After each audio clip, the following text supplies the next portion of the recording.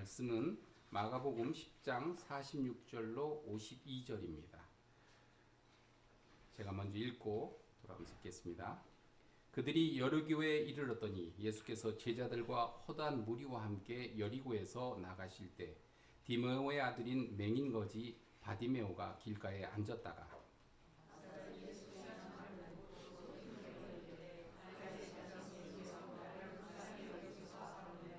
많은 사람이 꾸짖어 잠잠하라 하되 그가 더욱 크게 소리질러 이르되 다윗의 자손이여 나를 불쌍히 여기소서 하는지라.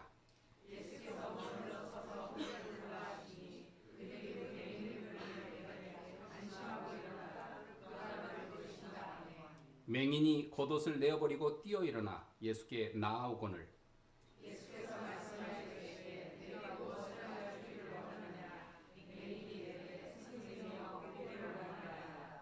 함께 읽습니다. 예수께서 이르시되 가라 내 믿음이 너를 구원하였느니라 하시니 그가 곧 보게 되어 예수를 길에서 따르니라. 아멘. 참 목사님께서 그 순간 예수님이 멈추셨다라는 제목으로 말씀 전해 주시겠습니다. 네, 할렐루야. 반갑습니다. 오랜만에 뵙는 것 같아요. 단위에서 추가 보충 광고를 드리자면 아까 우리 마크조 목사님 그 특별 집회 얘기했잖아요. 여러분 뭐 이름을 들으셔서 눈치채셨겠지만 한국계 미국인입니다. 그래서 이름이 마크조예요. 이 마크는 오늘 읽었던 우리 마가복음 있죠. 마가복음이 영어 성경으로 마크예요. 그래서 조 마가 이렇게 목사님 이렇게 부를 수도 있겠네요. 그래서 저기 통역 하시는 분이 그 사모님이세요. 같이 영어로 스피킹하시고 그 다음에 사모님이 통역을 하시기 때문에 우리 학생 여러분들 혹시 다문화 가정의 학생들이 있거나 외국인 친구들이 있다면 다 데리고 오십시오. 네, 영어와 한국어가 동시에 저기 강의로 진행되니까 같이 오시면 되고 우리 작년 여러분들도 다 참석하셨으면 좋겠어요. 특별히 이분은 큰 집회 주 강사로 이제 활동을 하시거든요. 저희 교회에 오는 게 참 굉장히 특별합니다. 그래서 같이 오셔서 여러분들 같이 말씀을 들으시면 되게 은혜가 넘칠 것 같아요. 네, 다 같이 오실 거죠? 네, 우리 학생 여러분들, 네, 우리 친구들, 외국인 친구들 적극적으로 다 데려오시고, 네, 우리 청년분들도 네, 그 대학교 우리 외국인 학생들 있으면 데려오시고, 특별히 이날은 잘 들으세요. 경품 시상이 있을 수 있습니다. 아마 박 전사님이 따로 우리 청소년부 시간에 또 광고를 하시겠지만 경품이 있어요. 그래서 여러분 참석하시면 그래도 빈손으로 돌아가지는 않지 않을까 뭐 이런 생각을 해봅니다. 물론 그것 때문에 오는 건 아니지만 네, 오시면 좋다 여러모로 그렇게 하시면 좋을 것 같아요. 제가 설교 준비를 하면서 인터넷에서 이런 글을 봤어요. 현대인의 정신건강 자가진단 체크리스트. 자, 다음 중 해당되는 항목에 한번 여러분 체크해 보시기 바랍니다. 1번 아침에 눈을 떴을 때 첫 번째 드는 생각이 또 하루가 시작되네 이다. 두 번째 카톡 알림이 와도 바로 확인하기가 두렵다. 세 번째 오늘 뭘 먹었는지는 기억이 안 나는데 누가 나한테 한 말은 3년 전 것도 기억난다. 어떤 분은 10년 전 것도 다 기억하십니다. 네 번째, 쉬고 있어도 쉬는 것 같지 않다. 누워 있어도 피곤하다. 5번, 나만 이렇게 사는 건가 싶어서 SNS를 켰다가 더 우울해져서 껐다. 6번, 별것도 아는 일에 눈물이 날 것 같았던 적이 최근에 있었다. 7번, 미래를 생각하면 설레기보다 막막함이 먼저 온다. 자, 이 중에 3개 이상 해당이 되면 병원 진료를 한번 보셔야 됩니다. 저도 한번 세어봤더니 한 5개 정도 되는 거예요. 그래서 설교 준비를 이걸 해야 되나 병원을 가야 되나 거기는 했었는데 우스갯소리입니다만 어떻습니까 여러분? 다 해당되실 분도 계실 것 같고 그러나 나는 멘탈적으로 강하니 뭐 이 정도는 다 넘겼다. 뭐 여전히 안심하면서 사시는 분들 계실 테고 아무튼 그렇습니다. 자, 그 다음에 제가 수치를 보여드릴 텐데 이 수치가 굉장히 우리에게 묵직하게 다가옵니다. 27.7%. 이게 뭘 의미할까요? 2024년 정부 통계에서 발표된 수치예요. 우리나라 중고등학생 10명 중에 거의 3명이 지난 1년 사이에 우울감을 경험했다는 뜻입니다. 10명 중에 3명. 근데 그뿐만이 아니라 같은 조사에서 청소년 중 4명 이상이 심각한 스트레스를 느끼고 있다라고 응답을 했습니다. 무려 42%가 되는 학생들이요. 그리고 13세부터 24세 청소년의 92.2%, 즉 거의 전부가 지금 고민이 있다라고 대답을 했답니다. 가장 큰 고민이 무엇일까요? 우리 청소년 여러분들 가장 큰 고민? 공부입니다. 공부. 지난주에도 보니까 시험 공부하는 학생들도 보이던데요. 공부예요. 청년들은요. 취업입니다. 이게 옛날이나 지금이나 뭐 달라진 게 없는 것 같아요. 비슷합니다. 뭐 그 뒤를 이은 것은 뭐 외모, 뭐 대인관계, 미래에 대한 어떤 불안들, 그렇게 순위를 정하고 있는데요. 여러분, 이 숫자가 그냥 숫자로 보일 수도 있겠지만 그 숫자 뒤에 숨어 있는 사람들이 있겠죠. 남몰래, 그렇죠? 울고 있는 그런 학생들. 수십 번 지원서를 내고도 합격 통지를 못 받아서 계속해서 우울해 있는, SNS를 스크롤하면서 나만 이렇게 사는 건가 싶었던 누군가. 여러분 SNS 보면 어때요? 굉장히 화려하고 이쁘고 근사한 어떤 풍경이 펼쳐 보여지는데 그거 보면 더 우울해져요. 나는 이런 곳 가본 적도 없고 이런 거 먹어본 적도 없고 이런 옷 입어본 적이 없는데 뭐 이렇게 이쁜 옷이 많고 맛있는 음식들이 많고 멋있는 곳이 많은가 하면서 더 우울해지죠. 방 안에 혼자 앉아서 아무에게도 말 못하고 있는 그 사람, 혹시 이 자리에 앉아있는 분 중에 계시지 않을까 싶습니다. 삶에서 누구나 이제는 끝이다라는 순간을 경험합니다. 기도하고 싶은데 기도할 힘이 남아있지 않아요. 기도도 못하겠어요. 또 모든 문이 닫힌 것처럼 보일 때 누구도 나를 도와줄 만한 사람이 없는 것 같아요. 둘러보아도. 그 순간 사람의 마음은 놀랍도록 빠르게 무너집니다. 그 소리는 너무나 현실적으로 느껴지죠. 또 그 어둠은 너무나 두껍고 무겁게 느껴집니다. 밤에 잠자기가 두려워져요. 근데 오늘 저는 그 자리에 있는 분들에게 한 가지 이야기를 드리고 싶습니다. 2000년 전 그 무너짐의 자리에 앉았던 한 사람의 이야기입니다. 그리고 그 자리를 향해 걸어오신 한 분의 이야기입니다. 오늘 본문 속의 바디메오가 바로 그 주인공입니다. 그는 4겹의 절망을 동시에 짊어진 사람이었죠. 살펴볼까요? 보이지 않는 눈, 끝이 없는 가난, 사람들의 무시, 그리고 사회적 고립. 공부도 취업도 관계도 미래도 아무것도 보이지 않는 사람입니다. 현대의 언어로 말하자면 그는 모든 통계의 가장 밑바닥에 있는 그런 사람이었습니다. 그러나 그의 인생이 완전히 뒤집혀지는 순간은 단 하나의 사건, 예수님이 지나가신다라고 하는 사건으로부터 시작이 됩니다. 어둠 속에 앉아있던 한 사람의 소망이 예수님의 발걸음으로 시작이 되는 것입니다. 오늘 바디메오를 통해 우리의 어둠도 어떻게 소망으로 변하는지 한번 살펴보기를 원합니다. 자, 본문은 이렇게 시작합니다. 그들이 여리고에 이르렀더니. 자, 여리고는 어떤 도시인가요? 여러분 잘 아시죠? 이스라엘이 가나안 땅으로 들어갈 때, 그죠? 처음 맞닥뜨린 요새 기억나시죠? 여리고 성이 무너졌다. 자, 여호수아가 하나님의 명령으로 정복한 뒤에 뭐라고 얘기했었냐면 이 성을 건축하는 자는 저주를 받을지어다 라고 했던 바로 그 도시입니다. 말하자면 여리고는 저주의 도시, 절망의 도시였습니다. 그런데 바로 그 도시 성문 앞에 길가에 한 남자가 앉아 있습니다. 그의 이름은 바디메오입니다. 이름의 뜻은 디메오의 아들. 이 바가 son, 아들이란 뜻이거든요. 바디메오. 디메오의 아들. 왜 마가는 이 바디메오의 이름을 성경에 기록을 했을까요? 아무래도 이 사람의 이름을 기억하고 싶었을 것입니다. 오늘 본문 말씀해 보니까 바디메오가 길가에 앉았다 이렇게 얘기를 하고 있습니다. 길가에 앉았다. 자, 길가에 앉아 구걸하는 자. 자, 오늘 헬라어의 표현 보니까 파라덴 호돈이라는 말을 쓰고 있습니다. 길가에서 밀려난 자. 삶의 가장자리로 밀려난 자.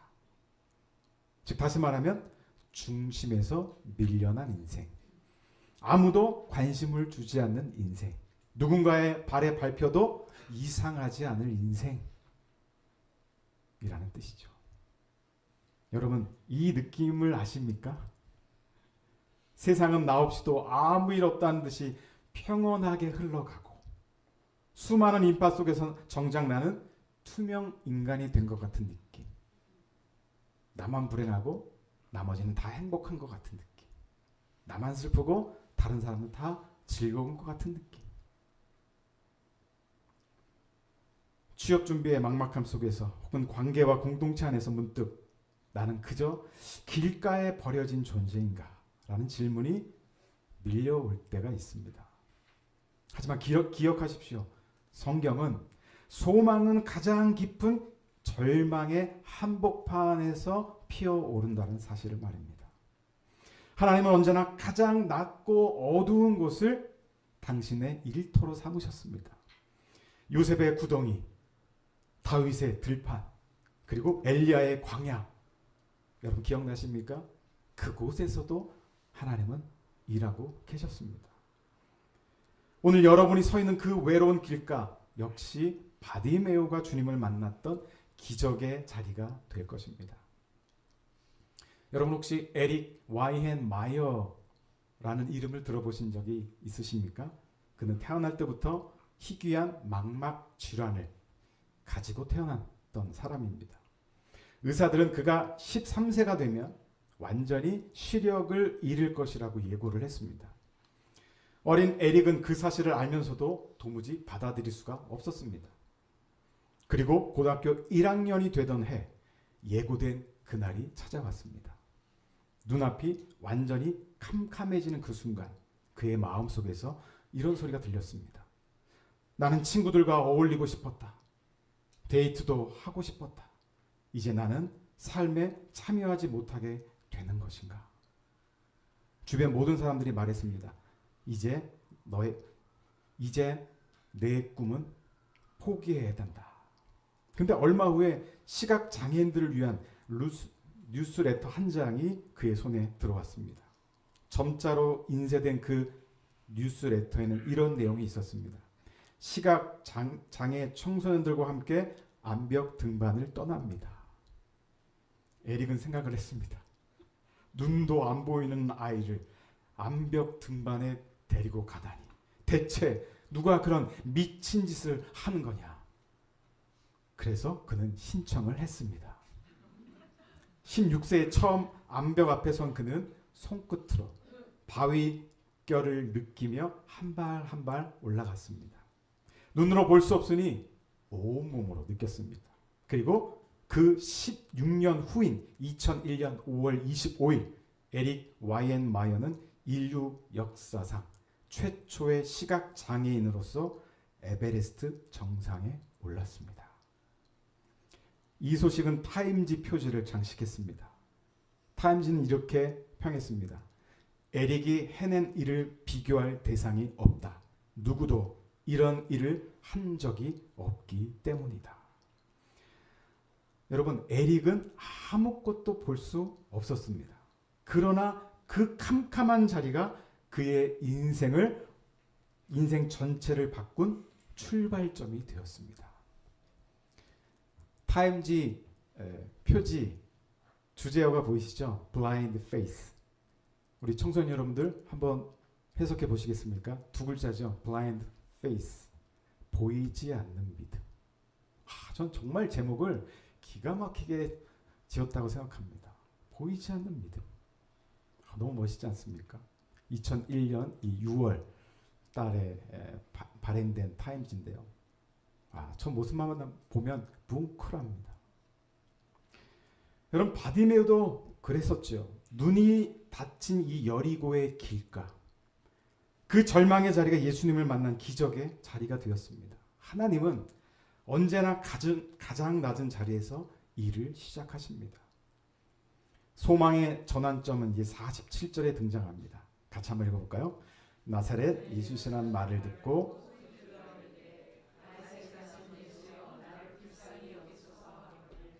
주목하십시오. 바디메오는 예수님을 본 것이 아닙니다. 어떻게 했죠? 들었을 뿐입니다.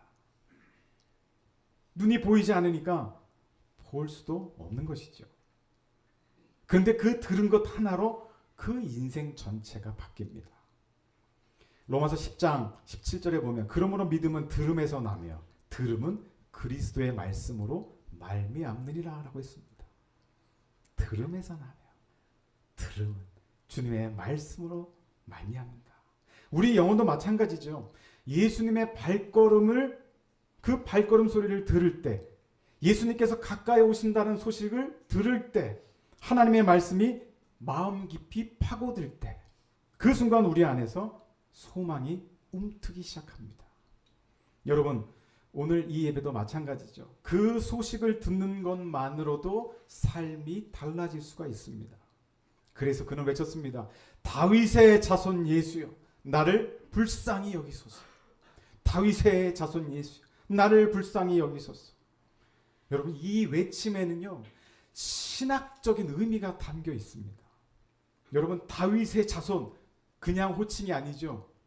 메시아라는 얘기입니다.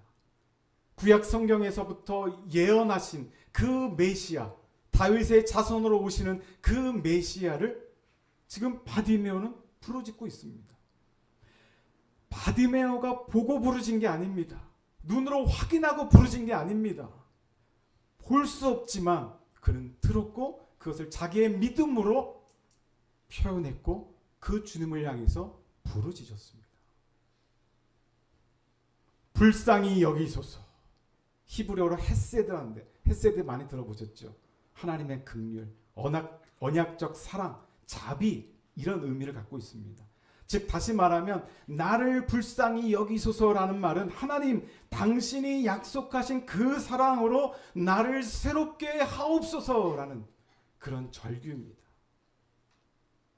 그의 외침은 단순한 절규가 아니라 바로 소망의 탄생이었죠. 여러분, 소망은 보는 것이 아니라 듣는 것에서 시작될 때가 있습니다.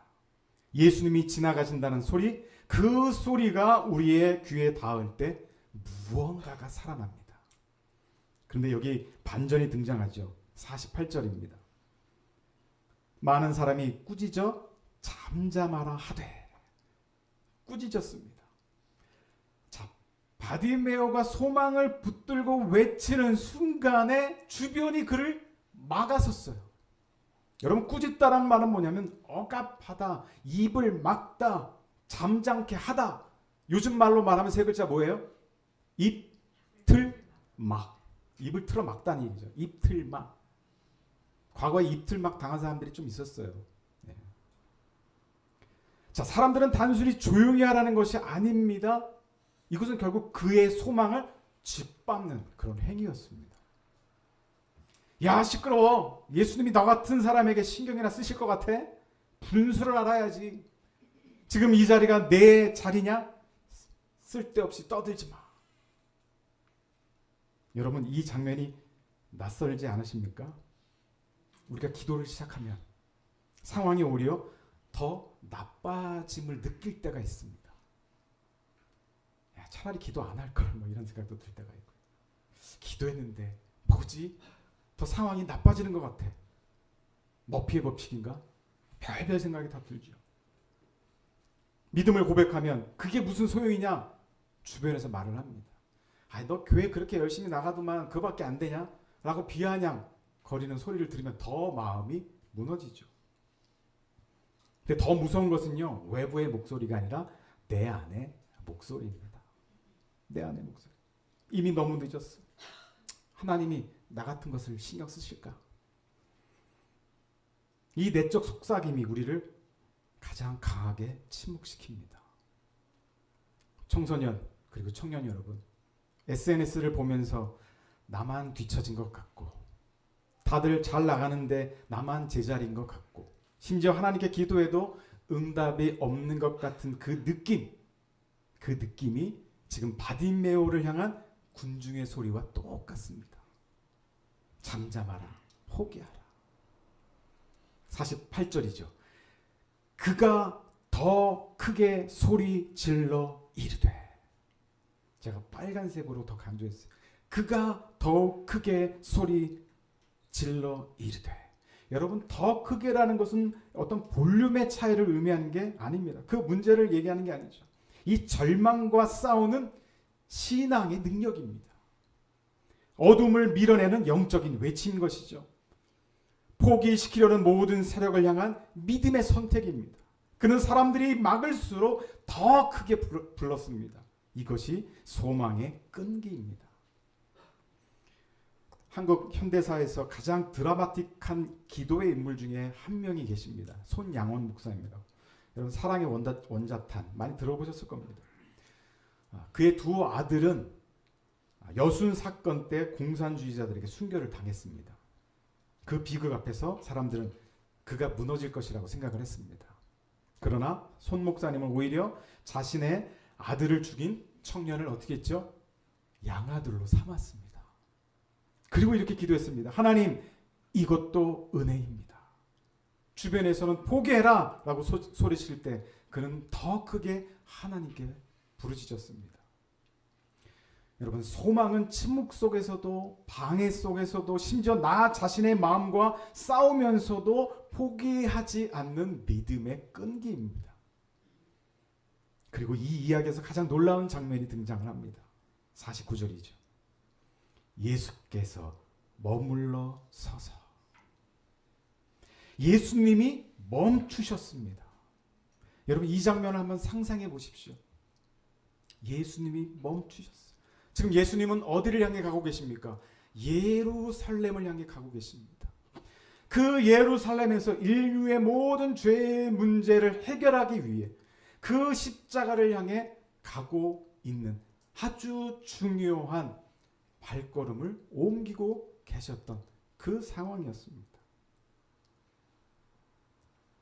그 귀한 사명을 앞두고 걸어가시던 예수님이 길가에서 울부짖는 한 눈먼 거지의 소리에 멈추셨습니다. 수많은 군중이 있었습니다. 수많은 소리가 있었습니다. 그러나 예수님은 가장 낮은 곳에서 들리는 그 작은 소리에, 그 가장 절박한 소리에 반응을 하셨습니다. 이것이 복음의 심장입니다. 여러분, 주님은 가장 낮은 곳, 가장 부서진 영혼의 소리를 들으십니다. 그 외침을 지나치지 않으십니다. 그 절규를 무시하지 않으십니다. 예수님이 우리에게 말씀하셨죠. 그를 부르라. 그를 부르라. 근데 여러분, 좀 전까지만 해도 바디메오를 막고 입틀막했던 사람들이 어떻게 태세전환이 이루어집니까? 안심하고 일어나라. 그가 너를 부르신다. 막던 자들이 오히려 전령이 됩니다. 방해자가 메신저가 됩니다. 예수님이 부르시며 심지어 장애물도 통로가 됩니다. 50절입니다. 맹인이 겉옷을 내버리고 뛰어 일어나 예수께 나아오거늘. 여러분, 그 당시 겉옷은요 굉장히 다용도로 쓰였습니다.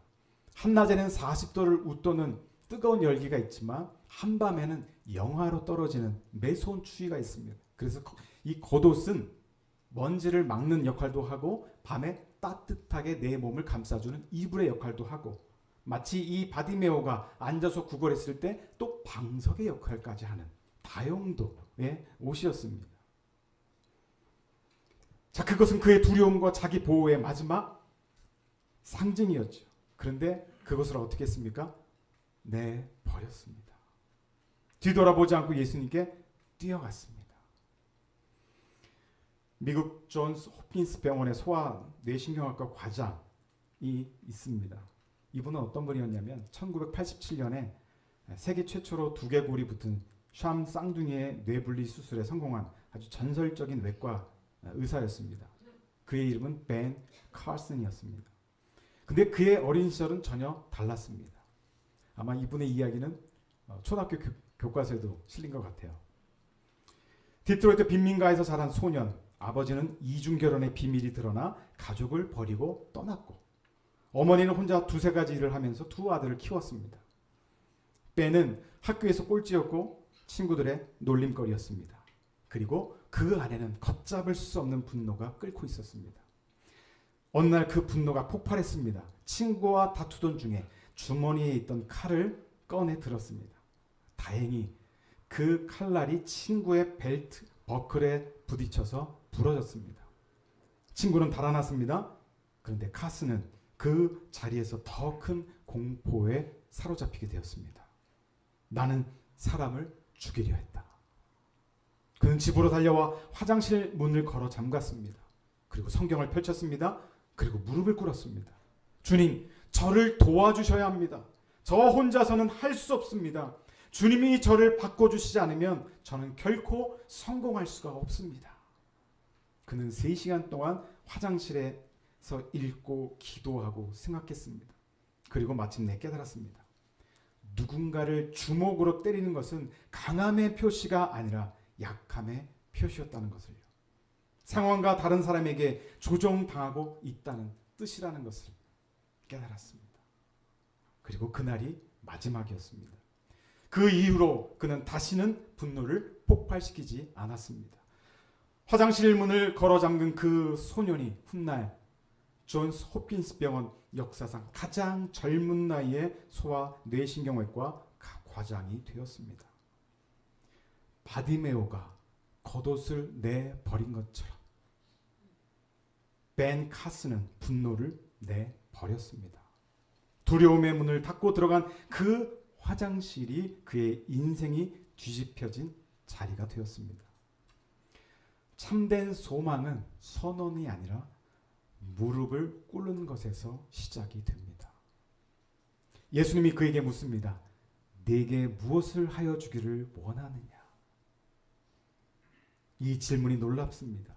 왜요? 이미 주님은 다 알고 계시는데 왜 물으십니까? 왜냐하면 주님은 우리가 직접 고백하기를 원하시기 때문에 그렇습니다. 소망을 입으로 고백하는 순간 그 소망은 더욱 선명해집니다. 바디메오가 말합니다. 선생님이여, 다 같이요? 보기를 원합니다. 주님, 보기를 원합니다. 그리고 우리 예수님이 선포하십니다. 가라, 내 믿음이 너를 구원하였느리라. 여러분, 구원하였느리라 시제가요 현재 완료형입니다. 즉 다시 말하면 뭐예요? 그가 소망을 품고 주여 내가 보기를 원합니다 라고 주님 앞에 간구했을 때 그 즉시로 주님의 구원이 바디메오에게 임하게 된 것입니다. 여러분, 우리가 소망을 품게 되면 그 소망은 미래형이 아니라 현재형이 된다는 겁니다. 믿음의 외침과 이 순종의 걸음이 만나는 자리에서 소망이 현실이 되는 겁니다. 사랑하는 성도 여러분, 오늘 우리 중에도 바디메오와 같은 자리에 있는 분들이 있을 겁니다. 삶의 어느 지점에서 길가로 밀려났고 마음의 어둠 때문에 앞이 보이지 않고 주변의 소리들이 포기해라, 잠잠해라 라고 속삭이고 기도해도 변화가 없는 것처럼 느껴지시는 분들, 오늘 말씀은 그분들을 향해서 이렇게 선언합니다. 예수님이 지나가신다. 예수님이 멈추신다. 예수님이 부르신다. 예수님이 고치신다. 바디메오가 눈을 뜬 자리는 화려한 성전 앞의 자리가 아니었습니다. 먼지가 날리는 여리고의 길가였습니다. 소망이 시작된 자리는 완벽한 환경이 아니었습니다. 가장 어둡고 가장 낮은 그 자리였습니다. 여러분이 계시는 바로 그 자리가 소망의 시작점이 될 수가 있습니다. 예수님이 계신 곳에 소망은 반드시 살아납니다. 예수님이 가까이 오시면 절망은 자리를 잃습니다. 예수님의 음성을 듣는 순간 어둠은 힘을 잃어버립니다. 마지막 예화를 끝으로 말씀을 정리하고자 합니다. 19세기 영국의 설교자 찰스 스펄전, 어느 겨울날 폭설로 인해 평소에 출석하던 교회를 가지 못하고 시골의 작은 감리교 교회를 들어가게 되었습니다. 들어가 봤더니 한 15명 남짓 모여서 예배를 드리고 있었습니다. 설교자는 준비도 부족해 보이는 일반 성도였고 설교도 짧고 단순했습니다. 그는 이사야 45장 22절 읽었습니다. 땅 끝의 모든 백성아 나를 앙망하라. 그리하면 구원을 얻으리라. 라는 말씀이었습니다. 그리고 그 설교자는 스펄전을 보면서 이 얘기를 했습니다. 젊은이, 지금 예수님을 바라보십시오. 지금. 그 순간 스펄전의 마음에 빛이 들어왔습니다. 훗날 그는 이렇게 고백했습니다. 나는 그 자리에서 예수님이 멈추신 것을 느꼈습니다. 나를 부르신다는 것을 알았습니다. 여러분, 오늘 이 예배 속에서 예수님은 여러분 인생 앞에 멈추시고 여러분을 부르고 계십니다. 스펄전은 그날 이후 달라졌습니다. 그 작은 채플, 그 예배당, 15명이 앉아있던 그 보잘것없는 자리에서 시작된 그의 신앙이 훗날 런던 전체를 온전히 뒤집어버리는 대역사의 시작이 되었던 겁니다. 그가 목회했던 메트로폴리탄의 터버너클 교회에는 매주 수천 명이 모여들기 시작했고 그의 설교는 오늘도 많은 성도와 설교자들에게 읽히는 귀한 설교집이 되었습니다. 근데 그 모든 것의 출발점이 어딘지 아십니까? 폭설이 내리던 날, 우연히 들어간 작은 예배당, 준비도 부족한 평신도의 짧은 설교, 그 초라한 자리에서 예수님이 멈추셨습니다. 여러분, 오늘 이 자리도 마찬가지입니다. 화려하지 않아도 됩니다. 완벽하지 않아도 돼요. 예수님이 멈추시면 그 자리가 출발점이 되는 것입니다. 오늘 이 말씀을 듣고 있는 여러분 중에 지금 삶의 길가에 앉아있는 분이 계십니까? 아무도 알아주지 않는 자리에서 혼자 버티고 계시는 분들이 계십니까? 기도해도 변화가 없는 것 같아 지쳐가는 분들이 계십니까? 말도 못 꺼내고 외침도 막힌 것 같은 그런 분들이 계십니까? 오늘 바디메오의 이야기는 그런 분들을 향한 말씀입니다. 바디메오는 특별한 사람이 아니었습니다. 준비된 사람도 아니었습니다. 자격이 있는 사람은 더더욱 아니었습니다. 그는 절박했습니다. 그는 외쳤습니다. 그는 뛰어갔습니다. 그것으로 충분했습니다. 예수님은 그 외침을 들으셨고 그 자리에서 멈추셨고 그를 새롭게 하셨습니다. 오늘 예수님은 여러분의 자리 앞에 멈추고 계십니다.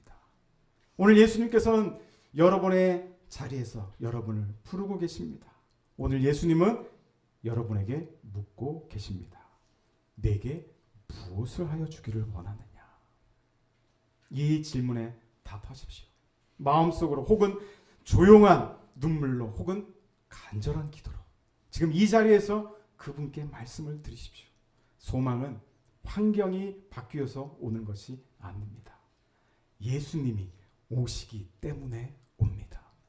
예수님이 멈추시기 때문에 옵니다. 예수님이 부르시기 때문에 옵니다. 바디메오가 눈을 뜬 그 순간 그는 예수님을 따라 길을 걸었습니다. 치유받은 자리가 곧 따름의 자리가 되었습니다. 소망은 받는 것으로 끝나지 않습니다. 소망은 걸어가는 것입니다. 오늘 바디메오처럼 외치십시오. 예수님, 나를 불쌍히 여기소서. 따라서 해볼까요? 예수님, 나를 불쌍히 여기소서. 두려움의 겉옷을 버리시기를 바랍니다. 그리고 그분께 뛰어가십시오. 그 자리에서 여러분의 소망이 시작될 것입니다.